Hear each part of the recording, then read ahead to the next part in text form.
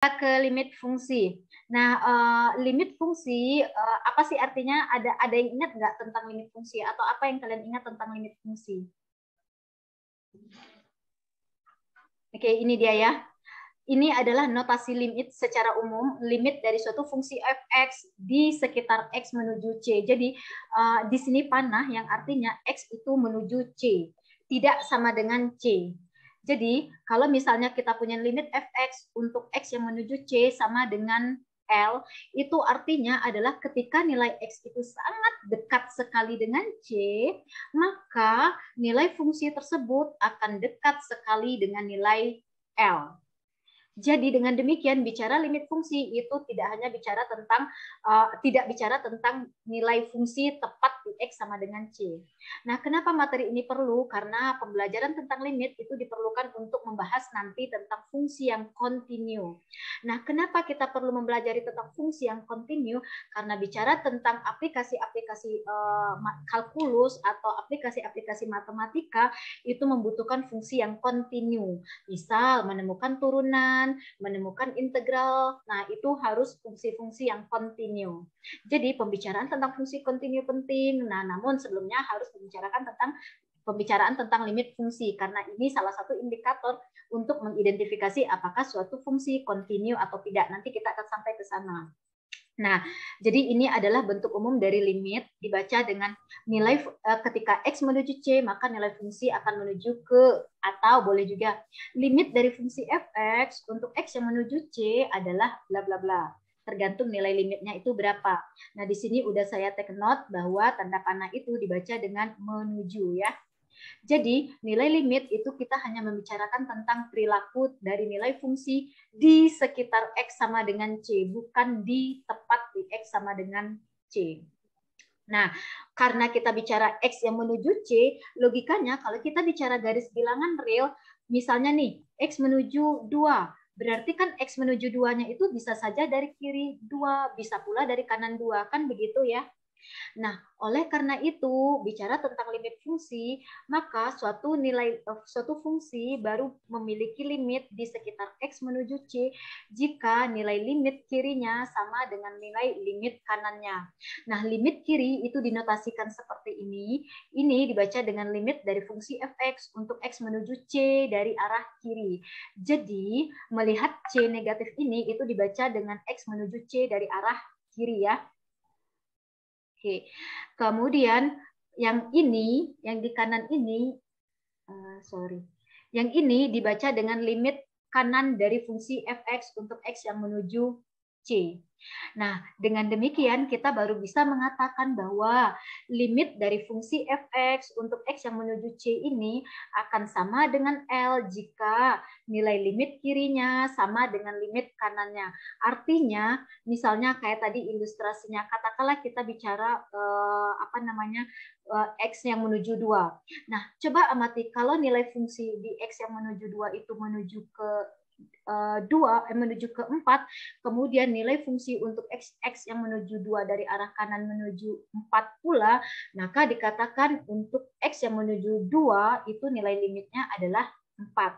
Oke, kita akan langsung ke contoh soal saja biar lebih terbayang. Jadi sama bicaranya gini, suatu fungsi di sekitar x yang menuju c itu baru dikatakan memiliki limit hanya jika dia menuju ke titik yang sama. Tapi kalau dia menuju ke titik yang berbeda dari kiri dan dari kanannya, maka dikatakan nilai limitnya tidak ada. Ini perlu diingat ya bahwa nilai fungsi di x sama dengan c belum tentu sama dengan nilai fungsi untuk x yang di sekitar c. Atau kita lihat ilustrasinya. Oke, inilah.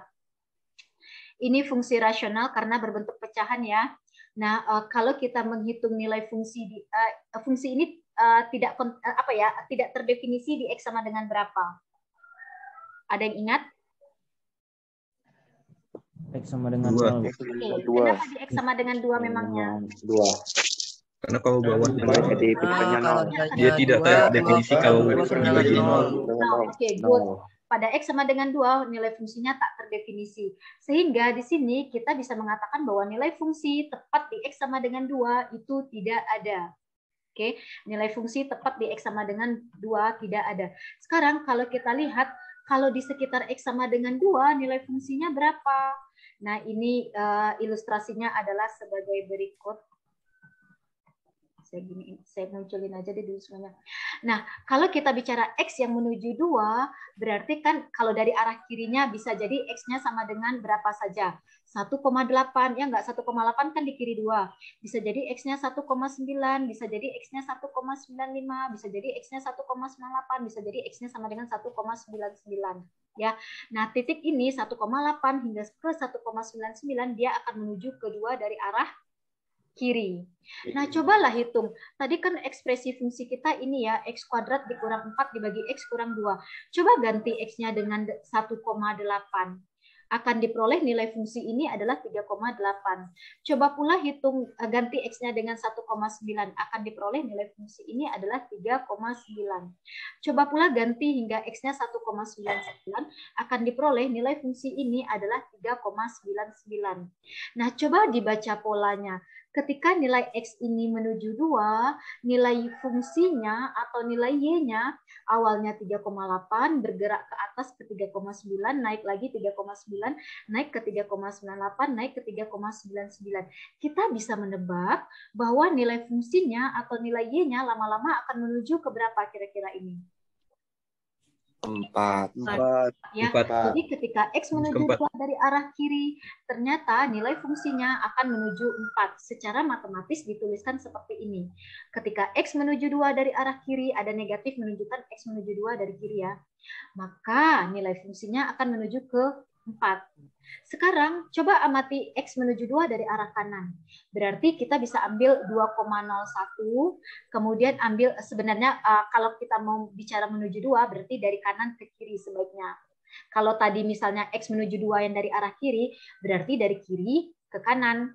Kalau X menuju 2 dari arah kanan, berarti dari kanan ke kiri. Kan kita bicara menuju ke titik ini ya. Oke. Maka di sini saya mulai dengan mengambil X sama dengan 2,3. Hitunglah nilai fungsi ini. Ternyata ketika X sama dengan 2,3, nilai fungsi ini adalah 4,3. Kemudian kita berjalan lagi menuju ke 2, yaitu 2,2 saya ambil. Hitung nilai fungsinya, ternyata diperoleh 4,2. Hingga sangat dekat sekali dengan X sama dengan 2, kita ambil X-nya 2,01. Ternyata setelah dihitung ini, pada X sama dengan 2,01, nilai fungsinya adalah 4,01. Nah, kalau kita baca pergerakannya, nilai X-nya bergerak turun dari 2,3 menuju ke 2,2, ke 2,1, hingga ke 2,01, hingga sangat dekat sekali dengan 2. Nilai Y-nya bergerak pula dari 4,3, turun ke 4,2, turun ke 4,1, turun ke 4,05, turun ke 4,01. Sehingga bisa kita katakan nilai Y ini akan sangat dekat sekali ke 4. Jadi, ketika X menuju 2 dari arah kanan, nilai fungsinya ternyata menuju 4. Apa yang kita bisa sampaikan di sini? Ternyata untuk nilai X yang berada di sekitar 2, nilai fungsinya itu lama-lama akan menuju ke Y sama dengan 4. Berarti nilai limit untuk fungsi Y untuk X yang di sekitar 2 itu ada, yaitu sama dengan 4. Walaupun nilai fungsi di X sama dengan 2 tidak ada. Nah, ini adalah untuk gambaran ke kalian bahwa nilai fungsi tidak sama dengan nilai limit. Jadi walaupun nilai fungsinya tidak ada, namun bisa jadi nilai limitnya ada. Toh kita bicara di titik yang, kalau di sini bicara tepat di titik X sama dengan 2. Tapi kalau bicara limit itu untuk X yang berada di sekitar 2. Oke. Kita ke sini. Perhatikan grafik fungsi ini. Nilai F6 sama dengan berapa nih? Ada yang bisa tahu nggak? Menebak. F6 sama dengan berapa? 4. Kenapa 4, Christian? Karena di apa kok grafik ini melalui titik 6,4. Ya, oke. Pada X sama dengan 6, kan di sini X sama dengan 6 ya. Ini X sama dengan 6, dia ketemu kurva di titik ini, di mana di titik ini nilai Y-nya itu adalah 4. Jadi nilai F6 sama dengan 4. Ingat, kalau kita bicara nilai fungsi, itu sama artinya dengan nilai Y-nya ya. Kemudian limit untuk Fx limit dari fx untuk x yang menuju 6. Nah, untuk mengidentify ini, amati dulu limit kirinya dan amati pula limit kanannya. Kita mulai mengamati limit kirinya. Limit kiri untuk x yang menuju 6 dari arah kiri di sini. Oh, sorry, sebentar ya.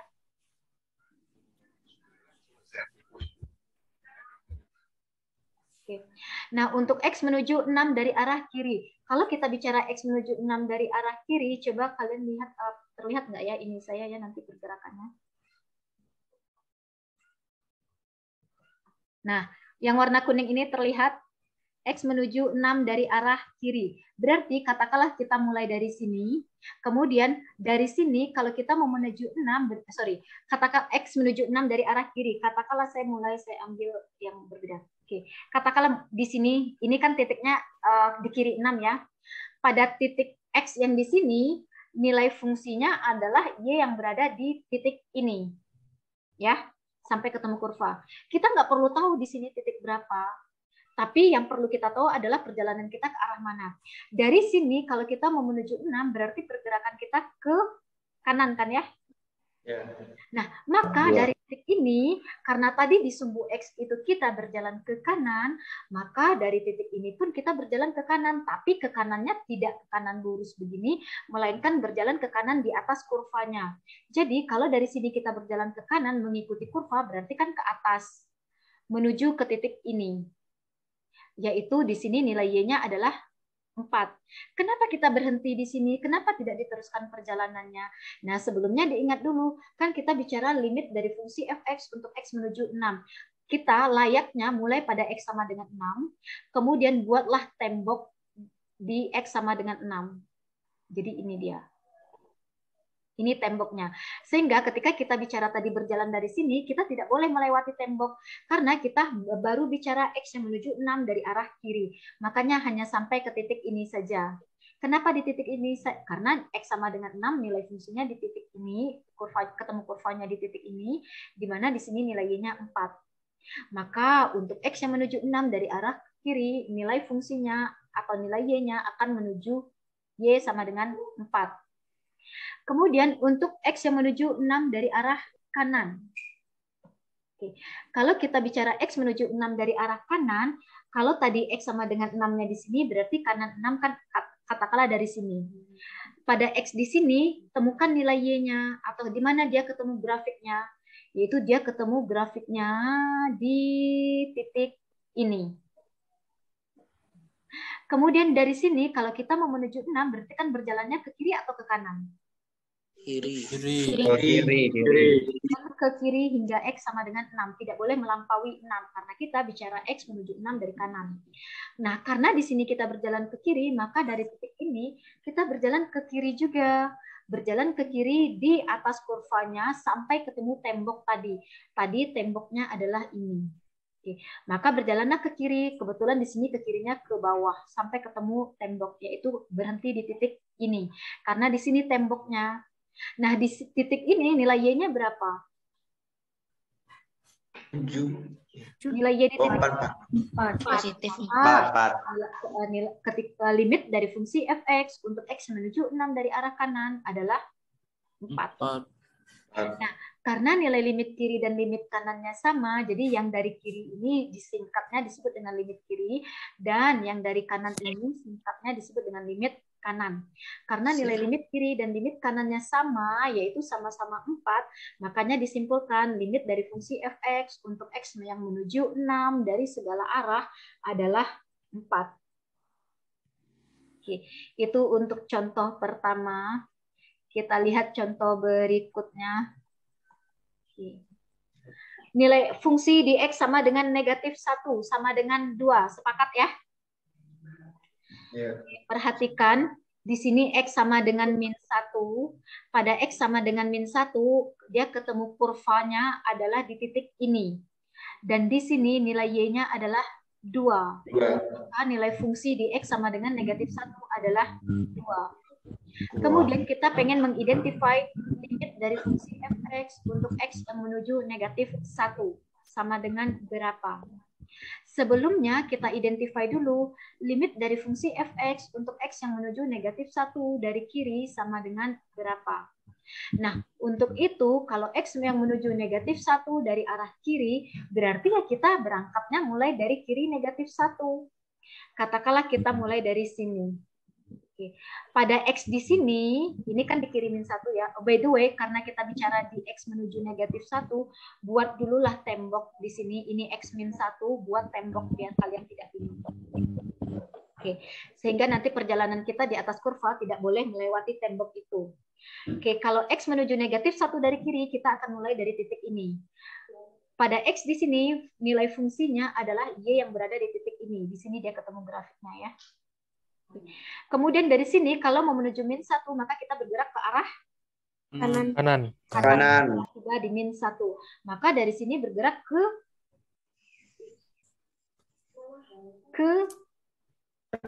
kanan juga. Ke kanan di bawah, yaitu ikutilah garis ini hingga ketemu temboknya, yaitu di titik ini. Titik ini nilai Y-nya berapa? 2. X yang menuju negatif 1 dari kiri, nilai fungsinya akan menuju 2. Kemudian sekarang limit dari fungsi fx untuk X yang menuju negatif 1 dari arah kanan. Kalau X menuju negatif 1 dari arah kanan, berarti kita mulai dari kanan min 1, katakanlah dari sini.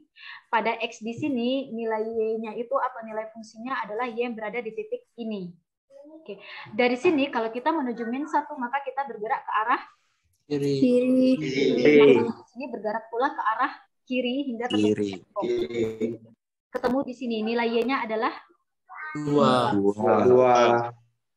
Berarti nilai limit kirinya sama dengan 2, limit kanannya pun sama dengan 2. Maka disimpulkan limit fx untuk X yang menuju min 1 ada atau tidak?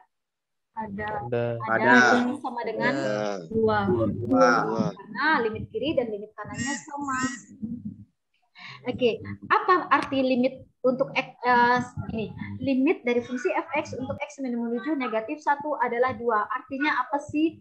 Artinya ketika X-nya sangat dekat sekali dengan negatif 1, maka nilai fungsinya pasti dekat sekali dengan 2. Kalian bisa mengatakan bahwa nilai fungsi di X sama dengan negatif 1,1 itu akan sangat dekat sekali dengan 2. Tidak sama dengan 2, tapi dekat sekali dengan 2. Biasanya kita tuliskan begini dalam matematika. Jadi kita tidak perlu berhitung, tapi kita bisa mengestimasi berdasarkan pada pemahaman kita tentang limit. Itu interpretasinya. Kemudian cara mudah lainnya untuk mengestimasi atau mengetahui nilai limit fungsi ini kalau diberikan grafik adalah begini. Kan kita mau menemukan tadi limit dari fungsi fx untuk X yang menuju negatif 1. Tadi saya membicarakan maknanya ya. Apa arti limit kiri dan limit kanan. Tapi berikutnya saya menjelaskan cara cepatnya. Kalau X menuju negatif 1, kalian ketahui dulu X sama dengan negatif 1, nilai fungsinya di mana? Oke, di X sama dengan negatif 1, nilai fungsinya atau nilai Y adalah, nilai Y-nya atau nilai fungsinya adalah Y yang berada di titik ini, yaitu sama dengan 2. Nah, untuk mengetahui nilai limitnya, kalian buatlah lingkaran yang kecil sekali di sini. Oke, coba amati kurva di dalam lingkaran ini nyambung saja atau terputus? Nyambung saja kan ya. Nah, in case kurva di dalam lingkaran ini atau garis di dalam lingkaran ini nyambung saja, maka nilai limit fungsi di sekitar X sama dengan negatif 1 itu akan sama saja dengan nilai fungsi tepat di X sama dengan min 1. Yaitu nilai fungsi tepat di X sama dengan min 1 berapa? 2. Ya, dilihat dari nilai. Selalu begitu. Ya. Kemudian sekarang saya bertanya, nilai F2 sama dengan berapa nih? 3 ya. X sama dengan 2, tariklah garis lurus. Kebetulan di sini kurva saya di atas sumbu X ya, kebetulan sekali. Kalau di bawah sumbu X ya nggak masalah. Pada X sama dengan 2, nilai fungsinya adalah Y yang berada di titik ini, yaitu Y sama dengan 3. Maka kalian bisa menebak dengan cepat nggak limit dari fungsi fx untuk X menuju 2 sama dengan 3. Karena di titik ini kita buatlah lingkaran sekecil mungkin. Coba lihat grafiknya nyambung saja, tidak terputus. Maka limit dari fungsi fx untuk x sama menuju 2 itu adalah 3 juga. Jadi nilai fungsinya sama dengan nilai limitnya. Oke. Berikutnya limit saya hapus ini ya. Kalau nilai fungsi di x sama dengan 1 sama dengan berapa nih? 4. X sama dengan 1. Oke, thank you untuk 7. ya. Nilai fungsi di X sama dengan 1 tepatnya adalah 7. Jadi kalau kalian melihat yang seperti ini, sebenarnya kan di X sama dengan 1 kalian mungkin wajar galau. Dia bisa jadi ketemu di sini atau ketemu di sini. Tapi di mana dia ketemunya, dia ketemu selalu di titik yang lingkarannya diisi. Jadi dalam matematis begitu. Nah, kalau X sama dengan 1, di sini kan lingkarannya tidak diisi ya, berarti dia hanya pendekatan saja.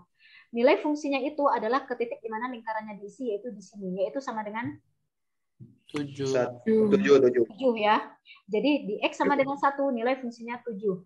Kemudian kita ingin mengetahui limit fx untuk X yang menuju 1. Ada atau tidak ada? Ada. Ada berapa? Ada. 7. Nah, sekarang seperti kalau kita menggunakan cara seperti contoh sebelumnya tadi, kan kita buat lingkaran di sini ya. Oke. Coba lihat di titik ini, kurva di kirinya menyambung nggak dengan kurva di kanannya? Tidak. Tidak. Ini itu tidak ada kurva yang saya kan kalau sebenarnya besar pun nggak apa-apa lah. Di kawasan sini, di kawasan kirinya kan yang ada kurva hanya di kanan titik ini kan, tapi di kiri titik ini kan tidak ada kurva nih, ya enggak? Berarti kan kurvanya terpisah dan seperti yang kalian lihat untuk X yang menuju 1 ini dari kiri 1 ini dia kurvanya. Tapi kalau dari kanan 1 kurvanya kurva yang ini. Berarti terjadi perpisahan grafik atau terjadi perpisahan kurva di X sama dengan 1. Maka dalam hal ini dikatakan di X menuju 1 limit fungsinya Tidak ada. Tidak ada. Jadi secara cepat kalau ditanyakan hanya limit fx untuk X menuju 1, kalian lihat kalau grafiknya berpisah di X tersebut berarti nilai limitnya tidak ada. Ya.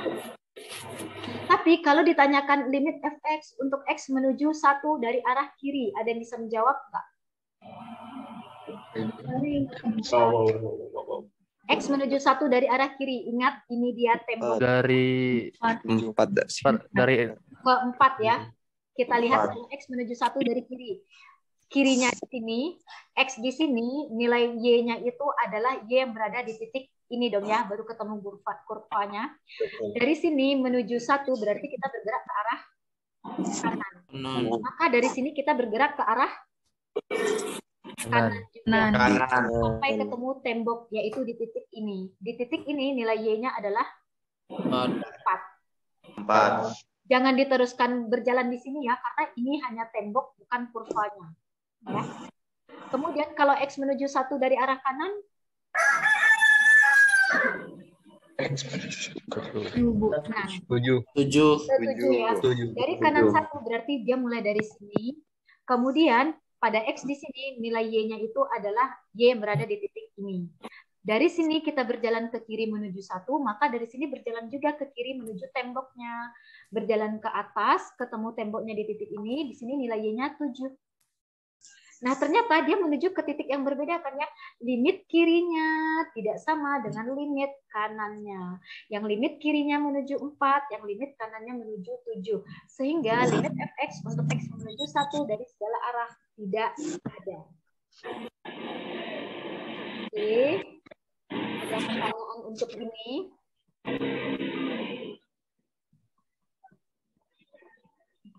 Berikutnya ini tadi sudah dibahas ya. Kalau kalian melihat dari grafik fungsi ini, di mana saja fungsinya tidak punya limit? Satu Dan Oke, di X sama dengan 1 dan di X sama dengan 4. Karena X sama dengan 1 dan di X sama dengan 4, grafiknya berpisah. Ya. Nilai fungsi di X sama dengan 4 berapa? Satu, Bu. Tidak. Satu ya. Karena di X sama dengan 4, dia ketemu kurvanya di titik ini yang lingkarannya diisi, yaitu di Y sama dengan 1. Kalau limitnya kan sudah tahu tuh, kalian tidak ada.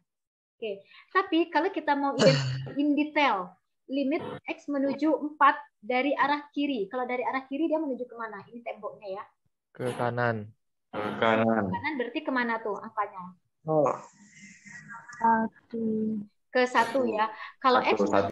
4 dari arah kiri, ini X sama dengan 4-nya, temboknya di sini. Kalau dari arah kiri, berarti katakanlah mulai dari sini, X di sini nilai Y-nya adalah yang berada di sini. Dari sini berjalan ke kanan, dari sini berjalan juga ke kanan, tapi ke kanannya di sini kebetulan ke bawah. Intinya dia menuju ke dindingnya di titik ini. Titik ini nilai Y-nya 1. Ya. Kalau limit kanan untuk X menuju 4, 0. karena tadi ini dindingnya, kalau menuju 4 dari arah kanan, berarti dari sini, pada X di sini nilai Y-nya itu adalah Y yang berada di titik ini. Karena kita mau menuju 4, berarti perjalanan kita di sini ke kiri, maka dari titik ini pun kita ke kiri di atas kurvanya turun menuju ke sini. Di sini, di sumbu X ini nilai Y-nya berapa? 0. Limit kiri dan limit kanannya tidak sama. Sehingga nilai fungsi ini tidak memiliki limit di X menuju 4 secara keseluruhan. Oke, ada pertanyaan sampai sini membaca grafiknya, membaca nilai fungsi dan nilai limit dengan menggunakan grafik?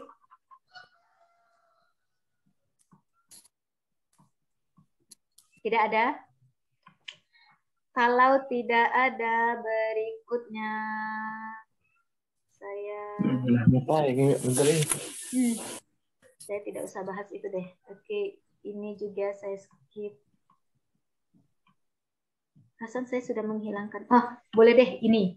Coba lihat ini. Kalau fungsinya seperti ini. By the way, ini disebut dengan fungsi tangga dalam matematika.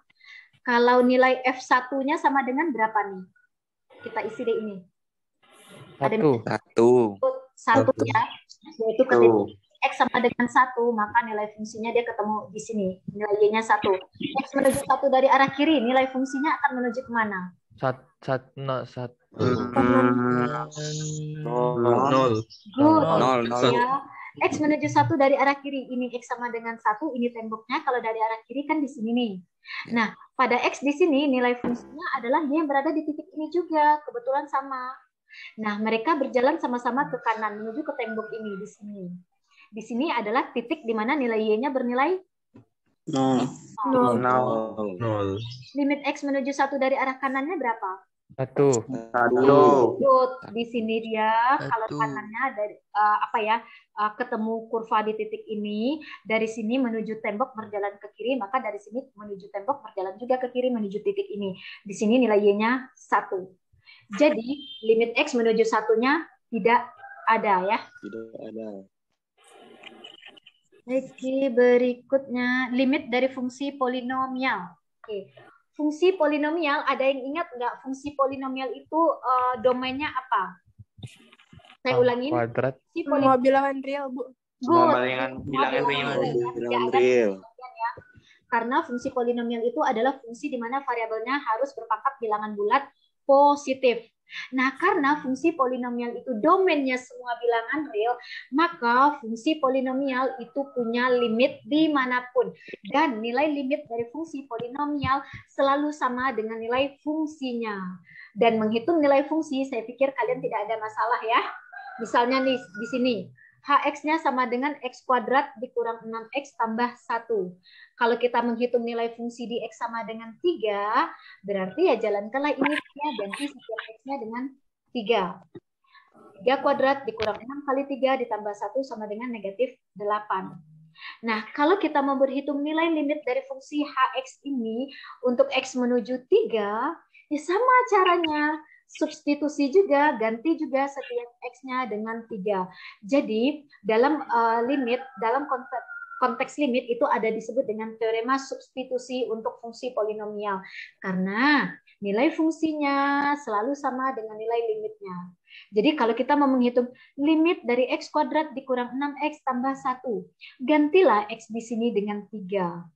Yaitu menjadi 3 kuadrat dikurang 6 kali 3 ditambah 1 sama dengan negatif 8. Sama. Ya. Nah, itu salah satu kelebihan dari fungsi polinomial yang perlu kalian tahu. Itu yang pertama. Nanti ke depannya kita akan bahas lagi kelebihan lain dari fungsi polinomial. Jadi kelebihannya adalah nilai limitnya selalu sama dengan nilai fungsinya. Berikutnya limit dari fungsi rasional. Nah, fungsi rasional domainnya apa? Semua bilangan real kecuali 0. Lebih tepatnya siapa tadi Yaufi ya? Semua bilangan real tepatnya ketika dengan syarat penyebutnya yang tidak boleh sama dengan 0 ya. Karena ada kalanya penyebutnya kan berbentuk misalnya nih fx sama dengan 3 per x dikurang 1. Kan domainnya apa nih? Semua bilangan real dengan syarat Penyebutnya tidak boleh Bilangan 0. kecuali X-nya penyebutnya tidak boleh 0 atau penyebutnya x tidak boleh sama dengan boleh 0. plus 1. Iya. Atau x-nya tidak boleh sama dengan 1 ya. Jadi Satu. pokoknya semua bilangan real dengan syarat penyebut atau nilai x-nya tidak boleh sama dengan 1. Jadi tidak selalu sama dengan 0. Penyebutnya yang selalu tidak boleh 0 ya. Nah, oleh karena itu fungsi rasional nilai limit fungsinya selalu sama pula dengan nilai fungsinya, tapi hanya pada titik-titik di mana penyebutnya tidak bernilai 0.